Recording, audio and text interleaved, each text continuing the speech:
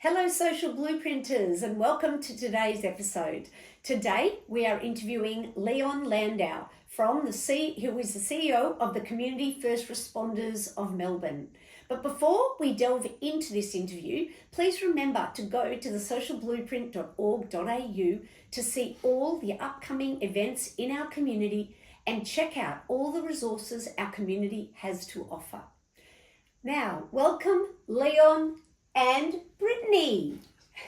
Thank you for having me, us. So, such a pleasure, and you're all going to understand why Brittany is here shortly. Leon, now, what did you go to school here in Melbourne? I did go to school in Melbourne. I went to Yeshiva College. All the way? All the way from beginning to end. Okay, what did you do after school? Went to Yeshiva for 2 years in Israel, and then came back and, like a good boy, I did an economics accounting degree. How long did you work in that for? 2 years, and I disliked it very much. Then I moved into IT, and I worked in corporate IT for a short 20 or so years. And at the same time, you were volunteering? So I was a volunteer at Hatzolah, Melbourne, for 19 years. And do I take it that was your passion if you were volunteering for 19 years doing first aid? That was my chance of giving back to community. So Leon, along the theme that everybody has a story, you went from IT to first aid. Can you explain what encouraged you to pivot? Passion. I really wanted to make a difference in my day-to-day life. IT had its moments, but I had a real drawing to community and to, I guess, the medical response side. And maybe because the kids were a bit older and there was a bit more opportunity to take a little bit of a risk. But yeah, that was the right time to do it. And it felt good doing that initially, or was it scary? It was very scary, but I don't think I can understate the importance of following where your heart, especially when it comes to career and making a difference and where your meaning and beliefs align, the importance of following that path. So now I'm curious, did you encourage your children to become accountants, doctors, or teachers? I encouraged my children to do what they really wanted to do. And what you want to do at the age of 20 is not going to be what you want to do at the age of 30. And the world is changing so quickly now. And there is the flexibility and the opportunity to change career and to change direction and seize it. The worst thing is to procrastinate and to not make the change when you feel it's the right time to do it. And to not grab the opportunity when you can. Yeah. Yes. What ended that 19 years? Why did you cease at 19 years? So 5 of those years I was general manager at Hatzolah, largely during the COVID period. So I guess besides being exhausted, it was quite a difficult time. I guess I saw that there was a huge gap, and that huge gap was from when an emergency occurs until an emergency service arrives. And COVID was very disempowering for community, and it was also very fragmenting for community. So I guess I wanted to focus on building community and saving lives through response and empowering community. So before we went to air, Leon has been amazing, and he has educated me on what Community First Responders Melbourne is doing and aiming to do. So Leon, do you think that you can give us an overview of the goal? So the goal of Community First Responders is to build community and to save lives through response. And it's about empowering individuals from whatever part of the community they are or from wherever they are, whether it's rural, CALD communities, Indigenous communities, LGBT communities, whoever it is in the community who has barriers to emergency care, to break down those barriers and empower those individuals and communities. Okay, well explained. Now, CALD, just to explain, some people may not have heard that term. Can you just explain CALD? culturally and linguistically diverse. Thank you. So, what Leon is trying to do, or is doing, I should say, because you've now been in operation for a year and a half, 18 months. 18 months, is trying to be a conduit to educating anyone in Victoria, basically, to better know how to keep somebody alive until an ambulance or some form of other help comes. How much time do we have from when somebody collapses? So if someone has a cardiac arrest, so effectively their heart has stopped, they have 4 minutes from that event. Which means unless someone is in an emergency room or in the back of an ambulance, they cannot get help within those 4 minutes. So an emergency service arrives, they're absolutely vital, all of them, but if an emergency service arrives and no one is doing CPR at the time they arrive, the person has a virtually 0% chance of survival. By simply jumping on a chest and doing effective CPR, even without a defibrillator, the person at the end of 10 minutes could still have up to a 60% chance of survival, and even higher if there's a defibrillator. Right. So, for years, I have been attending a first aid course to keep my first aid up to date. However, what I have learnt from Leon is there is another, if you have been trained in first aid, you can become part of something called a Good SAM program. And could you explain that, Leon? Because I think you'll do a better job than I will.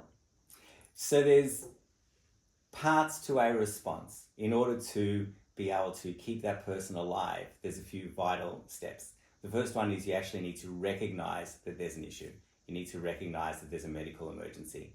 And again, you've only got 4 minutes to start doing something. So you need to recognize really quickly. You need to know how to access help, which may not be easy. You may be far away. You may be on your own. You may not have the language. You may be disabled. So you may have a lot of barriers that can add not only minutes, but days to you accessing help. So the idea is to address your communication side. You then need to know what to do. So to effectively start CPR and defibrillation, work as a team, and to know how to use your product, which is your defibrillator. And there's lots of different defibrillators out there. So to know how to work with whatever defibrillator it is that you'll come across, and to work on that patient until help arrives. Now, it's fantastic if you know what to do, but if that cardiac arrest happens next door or down the street or 5 meters away from you, if there's no way to alert you, you're really not much use. So Ambulance Victoria started it in Australia. It was started in the UK, but started the Good SAM program in Australia, and now it's in most states in Australia, whereby if there's a cardiac arrest, ambulance will send fire and ambulance, and they'll also send Good SAM responders, which by definition is a responder who's within 400 or so meters of that emergency.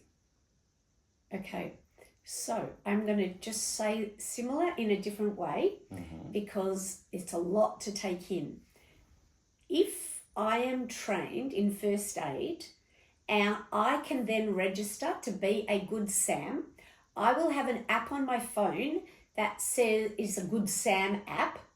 And if my friend Sharon collapses next door, we all know that a response from an emergency service will take perhaps longer than 4 minutes.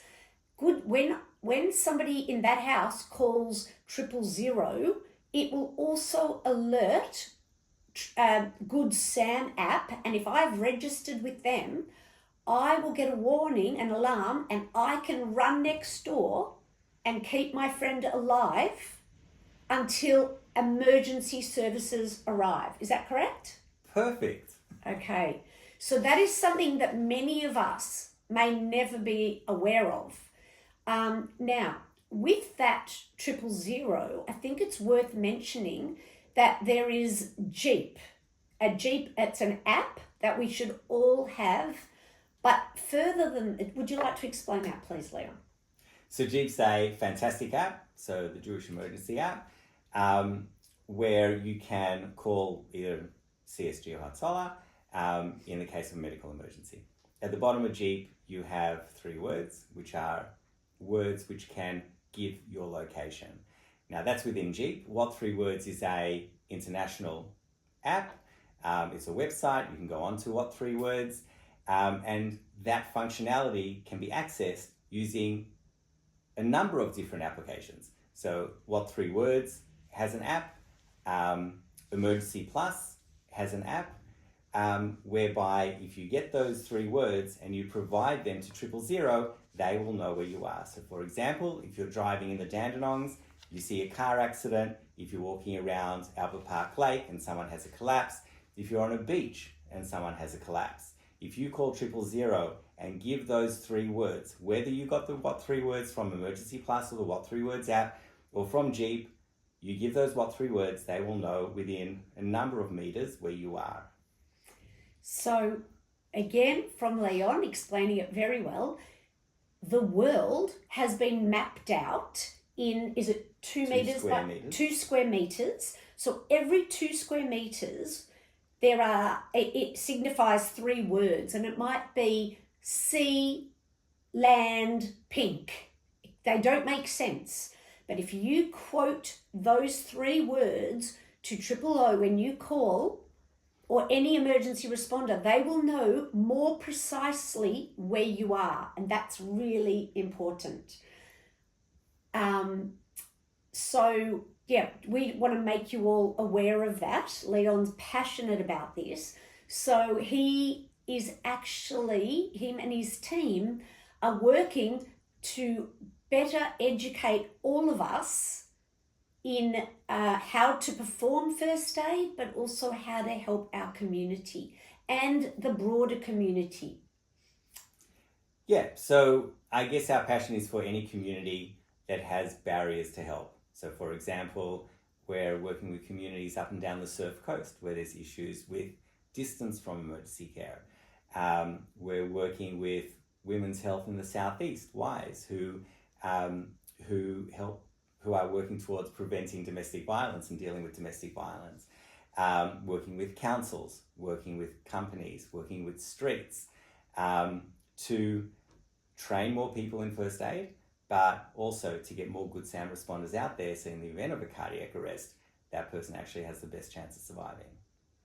Now, you're also, in addition to that, you're putting out defibs into the community. Can you tell us a bit about that, please? Yeah, so tying it all together is our shock station. So shock station is a defibrillator housed in a lockable, weatherproof cabinet.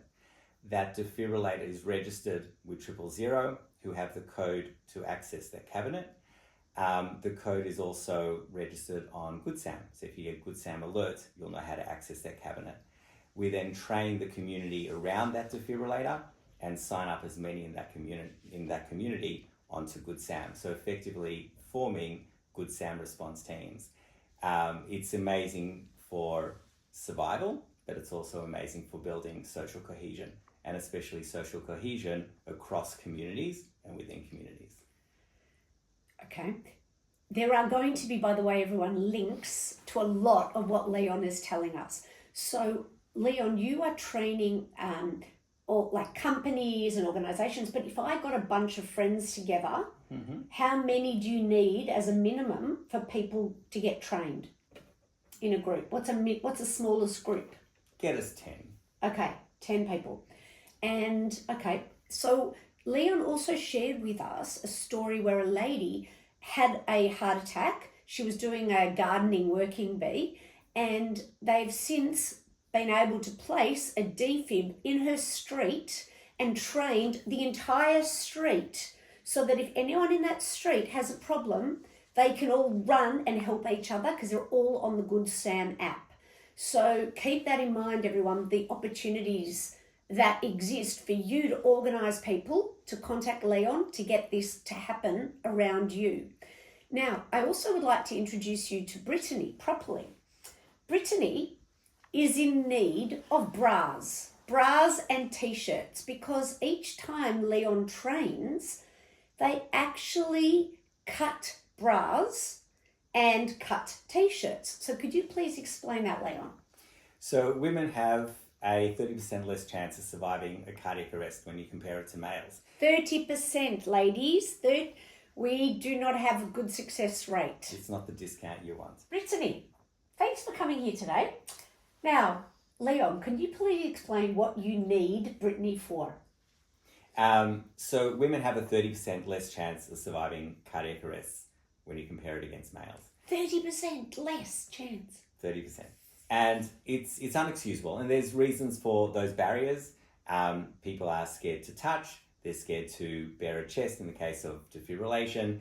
They're scared of getting sued. What if I'm going to get in trouble? There's a whole lot of barriers. And we're trying to overcome those barriers because there's really no excuse that 30% more women should die than when you compare it to males. So first thing is we would really appreciate donations. So bras and t-shirts. And t-shirts. D and up for the bras and t-shirts will make do whatever you send in. D cup. But we go through about 30 or 40 bras a week, so we do need a constant supply. And what I learned is that one of the many reasons that women's survival is less is because people don't realise that when you have an underwire bra, you need to cut down the centre, and it can lose a lot of time if you're cutting this way across the wire. So I just thought that was an interesting point that many of us wouldn't even think about. And then we take you through sports bras and other kind of bras too. So yeah, they're all barriers to females surviving. Just like in other contexts, there can be barriers, whether it's language or distance, to people surviving. So what we're really trying to do is address those barriers. So where do people donate bras, Leon? Because you go through, you said 40 or up to 40 a week. Yeah. Get in touch with us at info@cfra.org.au. We'll put that on to have a supply. Thank you. So great. You have worked with the Jewish community for many years. Now you're working with a much broader community. Are you noticing any differences between communities? Are there any barriers that you're experiencing? There are lots of different barriers. And in the case of cardiac arrest, each barrier, irrespective of its source, is simply something that's going to give that patient a lower chance of surviving. So whether that barrier is religious, geographical, cultural, age, where you came from, they're just another barrier. And it's actually interesting that the cohort that's got the most significant barriers actually appear to be males over 60-ish, where there's issues of, am I allowed to, am I going to get sued, do they have ambulance cover? But whether that's a barrier or a religious concept is a barrier, or a geographical issue is a barrier, or a nationality is a barrier, it doesn't matter. It's just a barrier. Mm-hmm. So what we need to work towards is breaking down those barriers, especially in the case of cardiac arrest and other serious medical emergencies. So you just mentioned one, and that was, am I going to get sued? Okay, if I am registered with Good Sam and I run next door to save my friend or save my neighbour, can I be sued if she doesn't make it? So as long as you do what is reasonable, you're protected by the Good Samaritan Act. There's the Australian Resuscitation Council that says any CPR is better than no CPR. The idea is to remove another barrier, which is the am I going to get sued, get in there, learn proper CPR and give that person the best chance of surviving. Yes. What else would you like to get across to the Social Blueprint audience today, Leon? There's 4 minutes to act in the case of a cardiac arrest. Come and learn what to do, and also understand that when it comes to a medical emergency, none of it can be done in isolation. Every step, every person in that emergency, in that chain of survival, has a vital role.